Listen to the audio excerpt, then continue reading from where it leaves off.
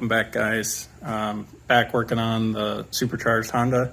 In the last video, we got it started and it was having some trouble idling, and I didn't get into the throttle or anything like that, but at least got it fired up.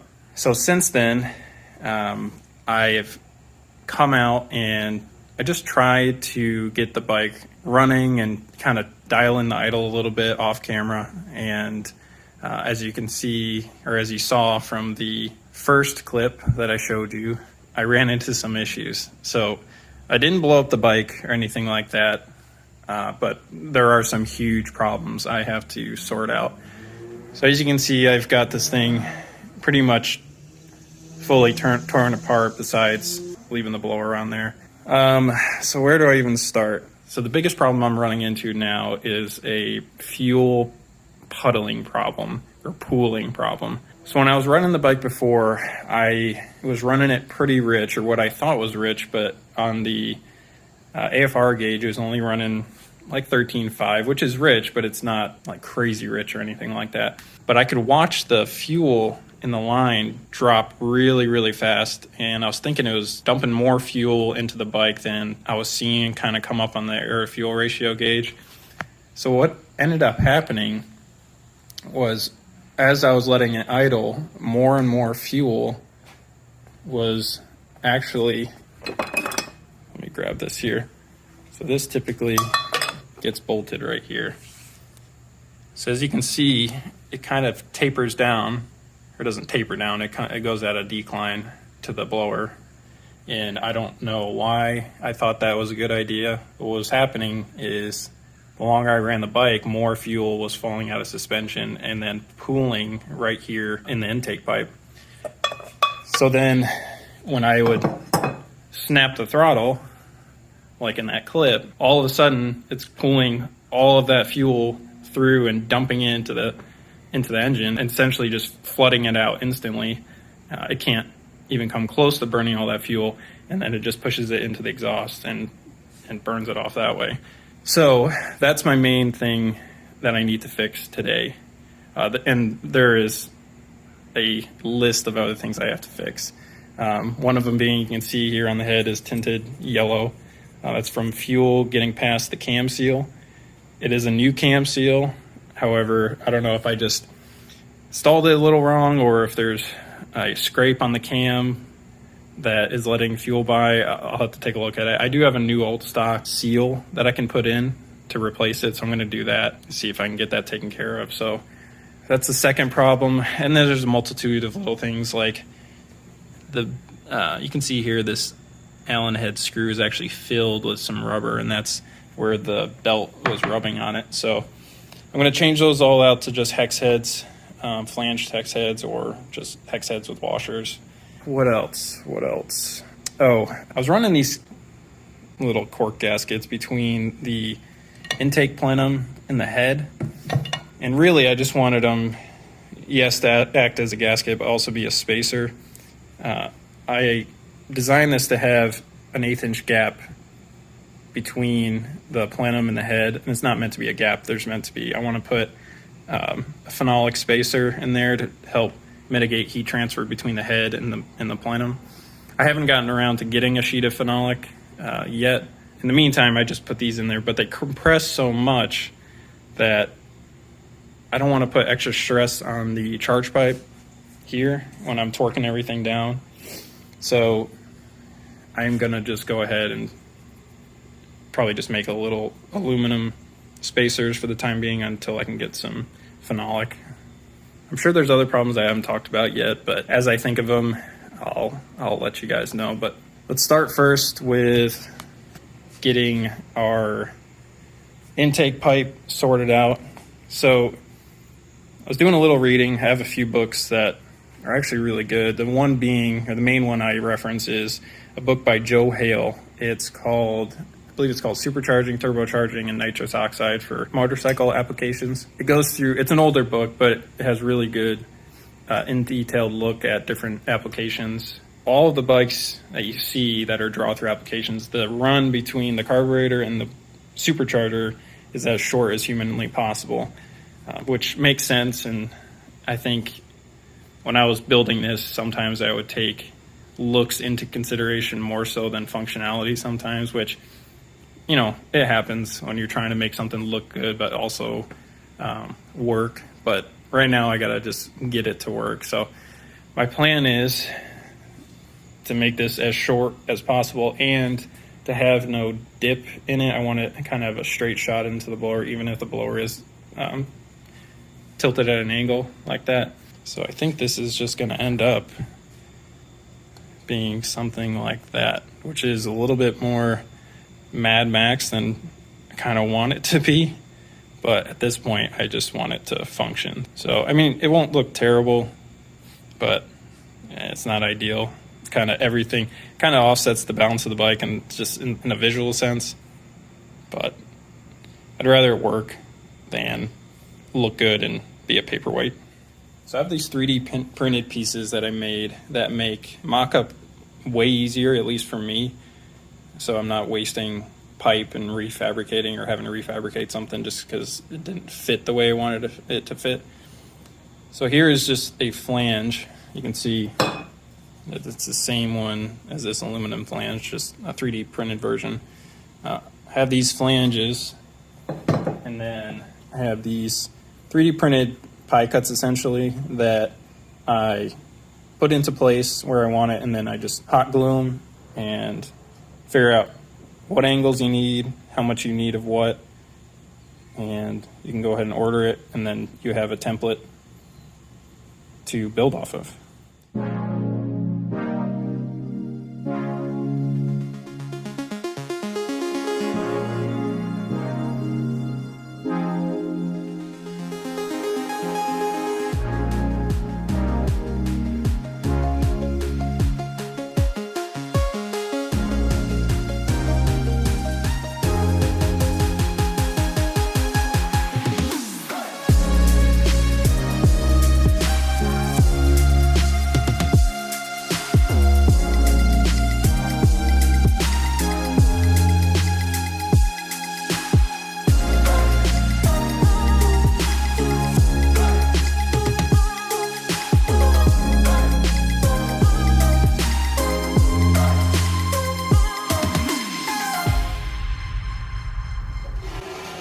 All right, here's what I have so far.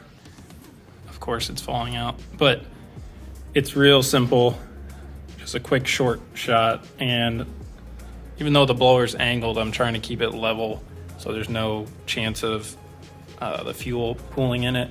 I know with the pipe, the charge pipe actually going into the plenum literally goes straight up, but I'm hoping that any fuel that kind of rolls back down into the blower just kind of vaporizes the fuel again, but we'll see. I'm gonna address this first, see if it makes a big difference, and go from there. So this little short section of pipe, I believe I can get it out of the old pipe, so I'm gonna start cutting that up. I also have to get that flange. I don't have another flange like that, so I have to try to save that one.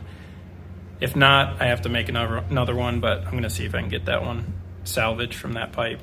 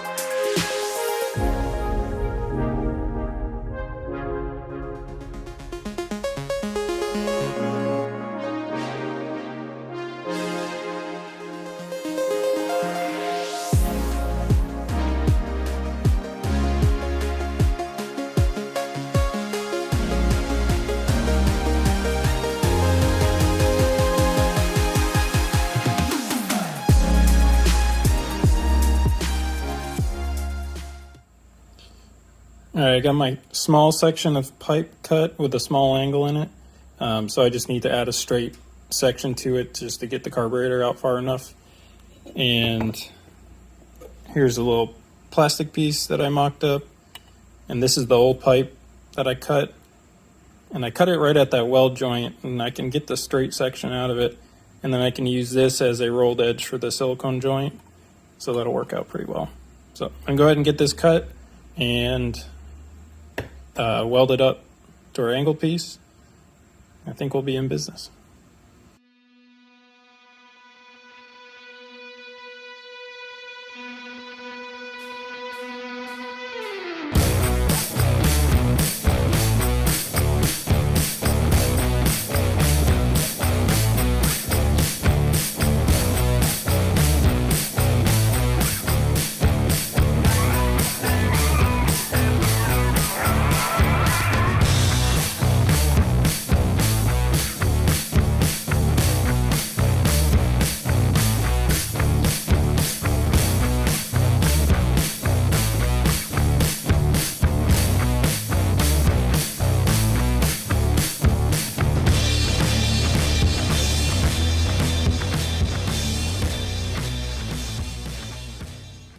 The new intake pipe I just have sitting in there for the time being. I think it looks pretty good. Once I verify that the carburetor is going to be in the spot I want it, I'll go ahead and weld the intake pipe to the flange, and then we'll move on to the next problem.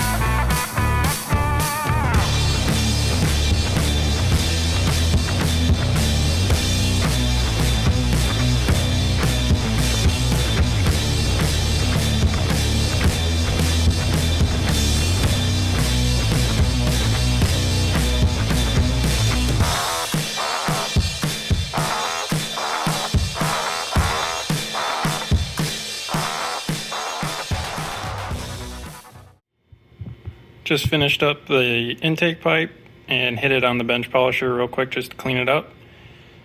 So now I'm going to move on to making the intake plenum spacers. I have just a 3D printed piece right here that I use as a stencil for gaskets, and I'm just going to use that to cut them out of these 1/8 inch scrap pieces of aluminum.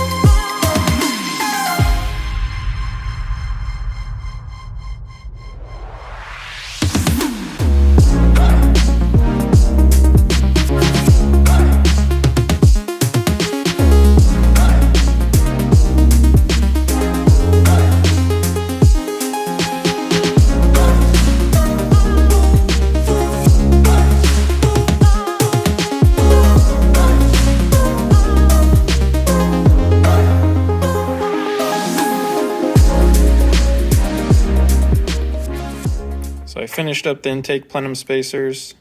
So now I think I have everything to start putting this thing back together. I replaced the cam seal off camera, so I got that done.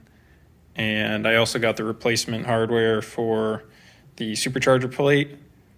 So I'll go ahead and get that taken off, get that replaced. I'll reset the timing since I had to take off the points, and we'll get this thing thrown back together.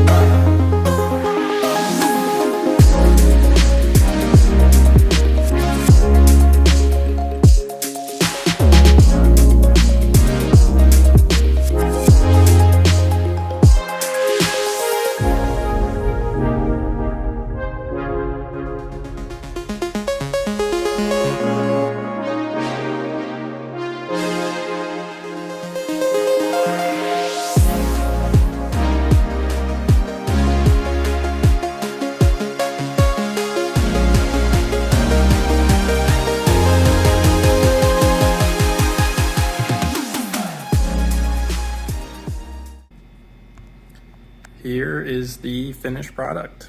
Well, finished for now. I think it turned out pretty good. It's definitely wild, but it's a nice straight shot, level shot into the supercharger. And yeah, I'm hoping it'll help. I have a decent amount of space between the head and the carb, so I don't think there'll be an issue there. New hex head bolts give me some clearance. Come on, between the belt, the belts and the heads of the bolts now, so that's good. It definitely gives it a, I guess, more aggressive look, especially from the front. So, although it fixes some problems, it obviously has created, not necessarily problems, just things I have to work out. So now I need to make it a priority. I was always going to make one just because it's necessary, but I need to now kind of move it up to the top of the list. I need to make a belt guard for this, especially since I need to have my hands close to this to be able to adjust idle and everything else. So the last thing I want to do is get my hands caught in the belt. So I'll probably start working on that here shortly. Another thing I noticed is this burst panel is just in a bad spot now. Just with the clutch cable here, the carb being here, I'm gonna end up moving it to the other side, and then on the other side is the vacuum line for the boost gauge. So I'll just cut each end off, swap them, weld them, and then that way the burst panel has plenty of room, and I'll put a shroud on it to direct it away from me. The other nice thing is it cleared out all this space. I can remove this now. This used to be the carburetor mount. So cleared up all that space, and I think I know what I want to put there, but that'll be in a future video. Yeah, overall, I think it turned out good. In the next video, I'll go ahead and get fuel in it again, kick it over, and see if we can kind of resolve that fueling problem. Now, moving the carburetor here is the main problem I'm trying to fix is the fuel puddling issue, where you get on boost and it pulls in fuel that's been puddling in the pipe or in the intake, and then the bike dies. So I still expect the bike to have, a lopey idle and maybe idling high. So that'll be the next things I try to address, and maybe carburetor size might be something to do with it. I found out that this is actually not a 29 millimeter. It's a 34 millimeter Venturi, so I might have to, that's bigger than I wanted, so I'll have to maybe find a smaller carburetor. But yeah, I think that's it for today's video. In the next one, we'll get this thing fired back up and see if our problems have been solved. All right, thanks for watching. See ya.